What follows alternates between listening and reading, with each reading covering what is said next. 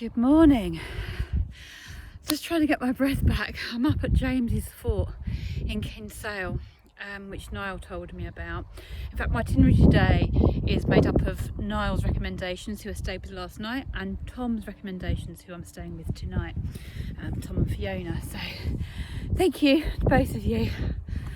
Oh, you can't park here. It's a bit of a walk and it's uphill, but fortunately Niall's coffee is really good and it's given me the beans to manage to get up here.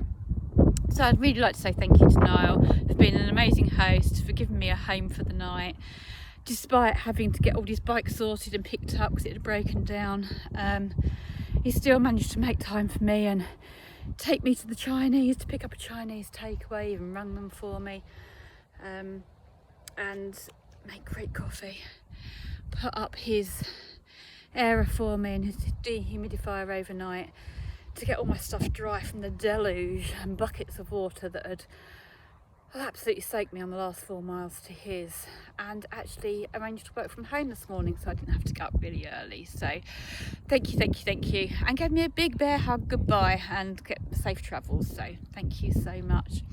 We had some amazing conversations as well, had some really good chats actually, about sort of the troubles in Ireland and the history of it all, and really how we're not taught in English schools. You know, we talk about the First World War and the Second World War.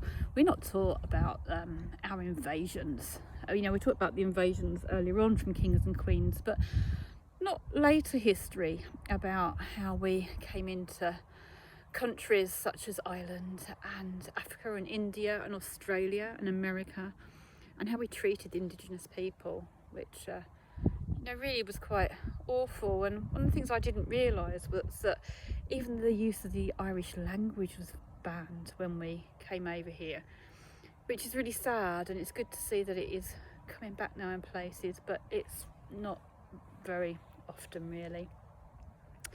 And it get me thinking, the thing that I always say, you know, if we could just come from a place of I'm not right and you're not wrong, then how much happier the world would be. And that seems to be sort of, you know, Ireland's accepted me, the people here have accepted me, they're amazing, and that's how it's been, this journey, which is fantastic. I really love it, because, you know, it's just people's opinions, isn't it? Nobody's right, nobody's wrong. And there'll be so much less fighting and wars and disagreements and arguments who come from that. And funnily enough, that's another thing I talk about in my book, The A to Z of Alcohol and Sobriety, Everything You Need to Know, by me, Karina Alderton, available worldwide from Amazon in Kindle, paperback and hardback, you know. Anyway, the other conversation we had was about Sweden. And I really want to go to Sweden now. That's definitely on my bucket list. Sounds like an amazing place. Sounds like a place of acceptance. How, you know, they accept the weather, especially, which we struggle to do. But how, you know, in summer, the golf course is a golf course. In winter, it becomes a cross-country ski resort. So people get their skis on, away go the summer clothes, out come the winter clothes. They just wrap up and dress for the weather. How like when a bus goes into a ditch, so it's come along with a little crane and you're staying on the bus and they hoist you up, put the bus back on the road and off you toddle, carry on, no one's hurt, it was fine. It's what they used to. How pharmacies all talk to one another and get you to see doctors when you need to see doctors, and how alcohol is not restricted as such, but it's only sold in certain places and during certain times of the day. So yeah, it sounds like a pretty cool place really. And it got me thinking about, I wonder how they are with illness out there and disability, and if that's really accepting as well. You know, like, it's just, yeah, it would be, I wonder how it is if they can come from a place just accepting their illness and disability and just getting on with it, which is kind of where I'm coming from, is trying to get people to just live positively with their disability or their illness, not be their illness, not be their disability. You know, us British, we're very, aren't we, oh, I can't do this because it's snowing, or I can't do that because it's raining, or I can't do this because it's too hot.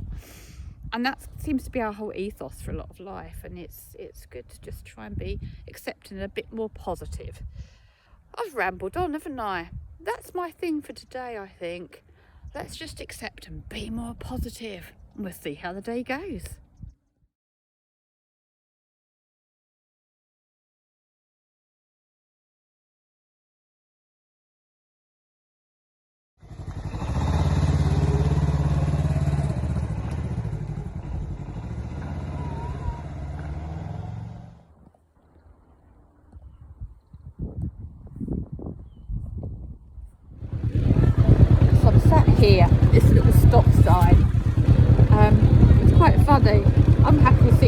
Bumblebee, watching all these kids trying to pull, but they are pulling all their yachts or their sailing boats across the road. Bless them, they look so heavy and so troublesome.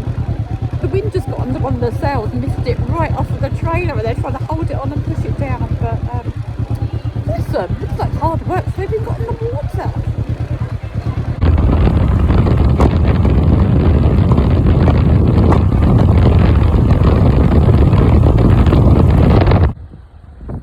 So I'm now at Charles's Fort, which is the other side of the estuary or bay from James's Fort, which is over that way. And I forgot to say, on the way to St James's Fort, I saw a really amazing mural, and I will post sections of it here for you to read, because it really touched me, and I'll just put the bigger overall picture in my relief.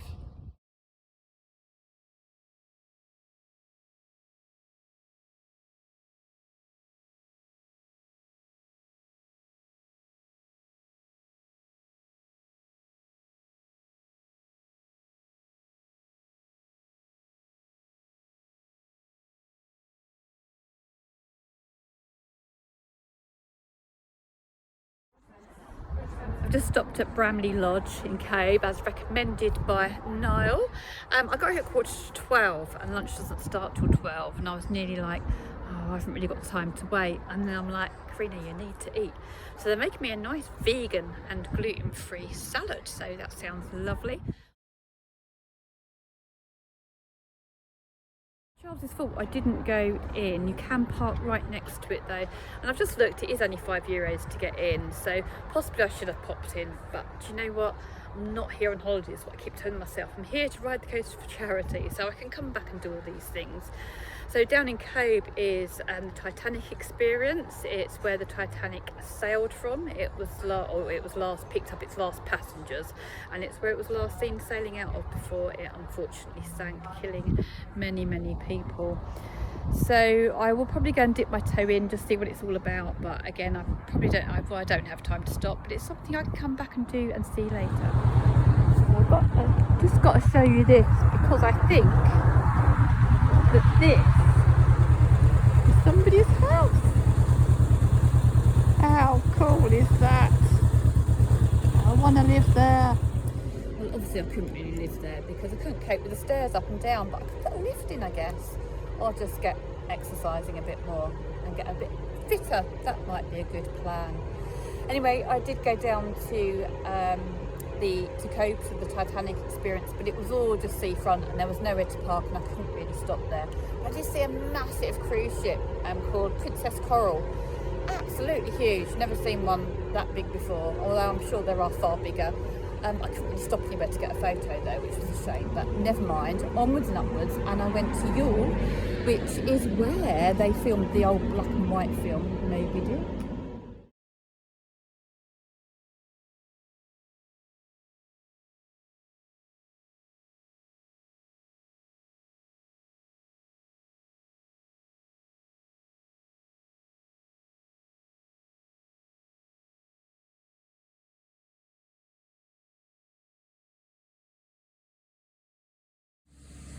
I'm now at the place of the cotton.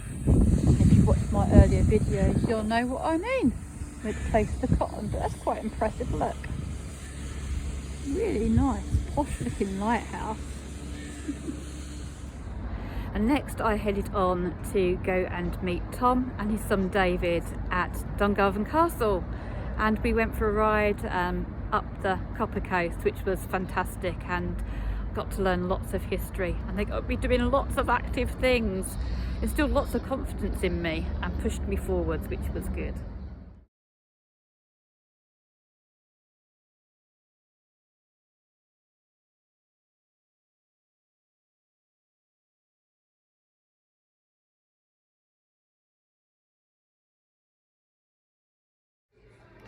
So Tom and David then took me up to see the point that was the heart of the copper mining industry, and the mines actually go out 2.5 miles underneath the sea. The copper was then brought up and then taken by boat out over to Wales, where it was all refined. And it was quite a big industry, or a very big industry, until suddenly the plug was pulled and lots of people were left unemployed. And it all lays empty still today.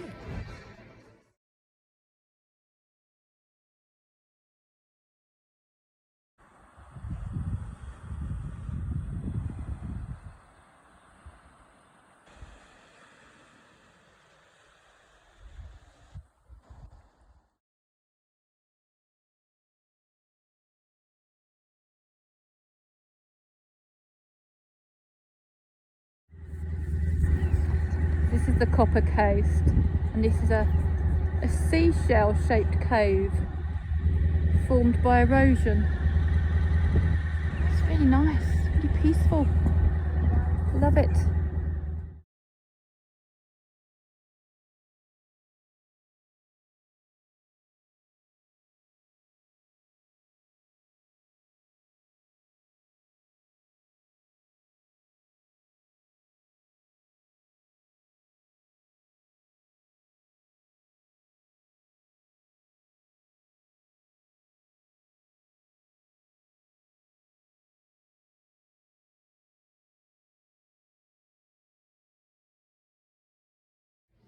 So the photos you're about to see is our bikes in front of a lime kiln.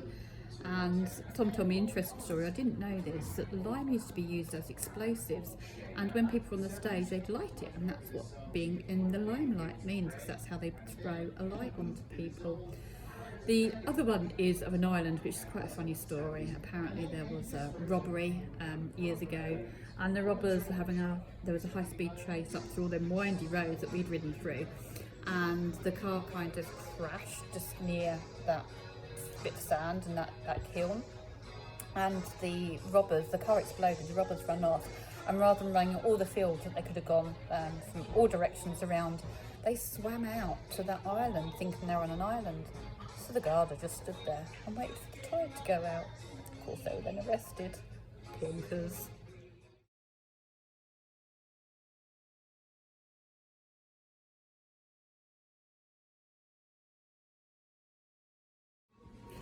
Next stop, Dunhill Castle, and oh, what a way it was up there. It's a long walk, lots of really big steps, and we got up to that board and Tom went, "Are you ready to go up to the top?" I'm like, "There's more." I was knackered at that point, but do you know what? We had to climb, had to walk really uneven under step, really had to watch where I was treading, my balance, but it was worth it. And Tom inspired such confidence. Tom and Dave were such a great help. They helped me up. I had confidence in them. They had confidence in me. It empowered me. And it took a while, but I got to the top. I got there, and the view was stunning. And there's a fantastic ecosystem there, whereby the water is all filtered through a natural process, which was just amazing. And this is the one place that Oliver Cromwell didn't actually take, was almost kind of given it, just because they'd been fighting, the Irish had been fighting Oliver Cromwell, and they wanted, once they had fought them off, the soldiers wanted a drink to celebrate, and somebody in the castle gave him buttermilk. He wasn't very happy, so he went down and let Oliver's men in. So actually, it wasn't invaded. The doors were just thrown open.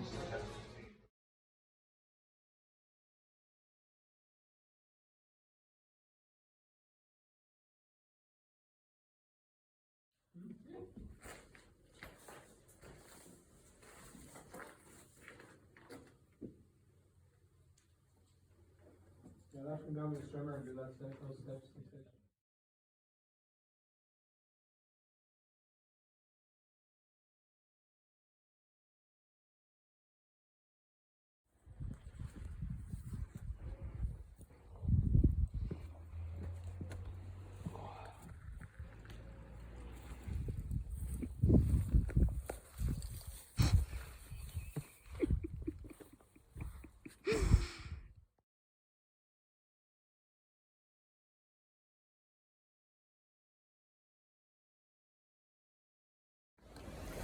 After the exploring, sightseeing, I went back to Tom and Fiona's, and Fiona had made the most beautiful vegetarian, gluten-free and dairy-free curry and rice, which everybody ate, just for me. And we sat at the table, and it was really nice chatting with everybody and getting to know the family, who are amazing. They're a really, really incredible family. And Tom and Fiona have opened their house up to many, many people over the years. They've been heavily involved in the Scouts. They have surfers they belong to, and bunker biker, and lots of other things. And it's just incredible. It's really lovely. And then they took me out to see some more stuff, because Fiona is also an architect, not an architect. Oh, you know what I mean. People who go on digs and things. Oh my goodness, I'm very tired today. And actually, today is actually tomorrow, because I'm actually editing yesterday's today, tomorrow. But then you have today, right? Oh, archaeologist, that's the one.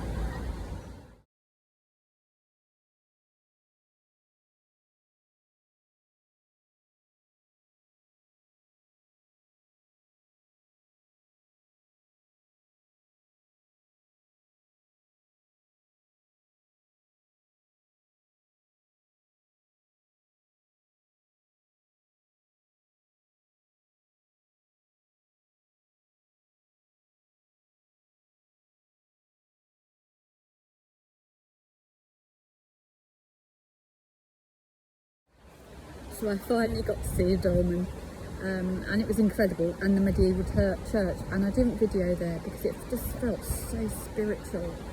I just didn't want to disturb the moment. And you know what, I could have actually sat there for hours just sitting and taking it all in. It was amazing. And then I had my second emotional bit of the day, because actually earlier today, when I was riding with Tom and David, I had quite an emotional time then, because when I was at Kiel, I really had a terrible time. Thank you to Niall and Tom. It's because I kept going, and so it was so lovely to finally meet Tom, who'd helped me so much from there until meeting him yesterday, and I continued to do so yesterday. And it was incredible to actually then just be riding with them. It was great. And then Fiona and so my second emotion bit was Fiona and Tom took me to a church where there was a tree that had been damaged in a storm, and a local man then had taken a chainsaw to it and carved and created this most beautiful structure, complete with angels and hands and the word hope and doves. And this had quite a lot of meaning for me, because Andy, as many of you know, was a carpenter who loved wood. And there's an area near us, lay-by, where there is a man who carves and does wooden structures with chainsaws, and often we kept meaning to stop and we never did. And I've been thinking about going to him and saying, look, can you do me a special structure either with a bird, I might be able to do a motorbike or something actually, or a plane, but then carve a little cubby hole in it so I can put some of Andy's ashes and have it at home. So then to actually see this and finish the day with this was just incredible.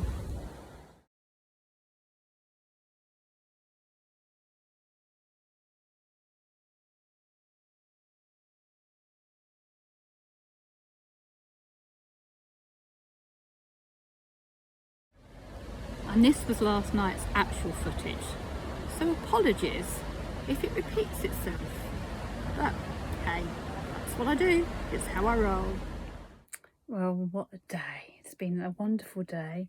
I went down to many places, all of whose names I cannot remember now. I don't even believe it's going to work, because the pause button kept pausing itself, and I had to keep resuming it, and I didn't know it paused, so I didn't always resume. But I went down to where they filmed Moby Dick, so that was pretty cool. And then I went to Dungarvan Castle, and I met Tom and his son David, and they rowed me through to all various ports, and so we had a harbour, had beaches, castle, lime mines, lime kilns, copper mines. And then this evening, after his beautiful wife cooked us a lovely chickpea curry, it was great. I just sat with all the family and felt like part of the family, with the boys and Emily, and it was amazing. Really, really good to feel part of the family here.